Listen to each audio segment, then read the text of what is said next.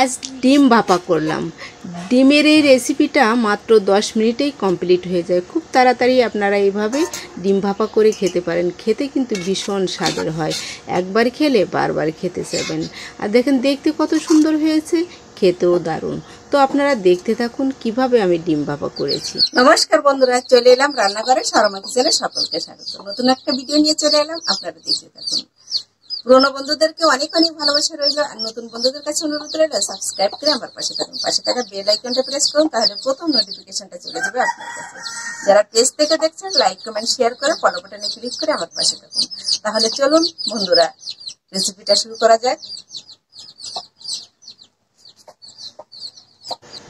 5টা ডিম নিয়েছি। আমার বাড়িতে পালা মুরগি ডিম পেড়েছে, সেই ডিমটাই আমি আজ ভাপা করব। খেতে ভীষণ স্বাদের।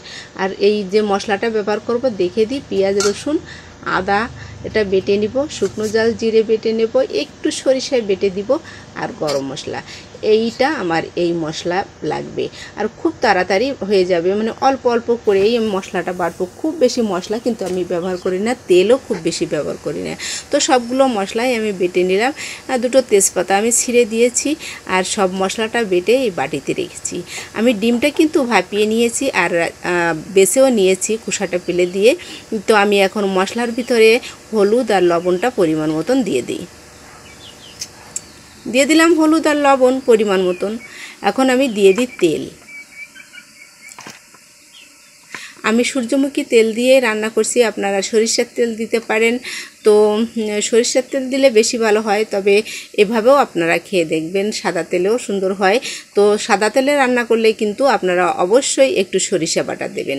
তো আমি সরিষা বাটাটা দিয়েছি, আর আমার হাতটা ধুয়ে মশলাটা দিয়ে দিলাম, একটু মেলিয়ে নিলাম। এখন ডিমগুলো দিয়ে দেব, তবে ডিমটা আমি একটু ভিতরে ফালি করে দেব, যাতে ভিতরে এই মশলাটা প্রবেশ করে। এই জন্য একটু ভিতরে ফাটিয়ে দিলাম। একটু বড় করে ফাটিয়ে দেবেন, তাহলে ভিতরে মশলাটা গেলে কুসুমটা খেতে খুবই ভালো লাগে।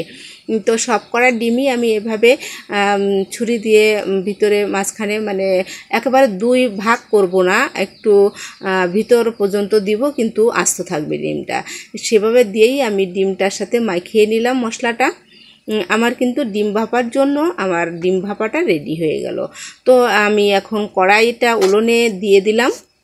কড়াইটা উনুনে দিয়ে আমি দিয়েছি জল, আর জলের উপরে দিয়ে দিলাম বাটি। এবার আমি ঢাকা দেব। ঢাকা দিয়ে 6 থেকে 7 মিনিট জাল করব খুব জোরে। আর খুব জোরে 6 থেকে 7 মিনিট জাল করে নিলাম।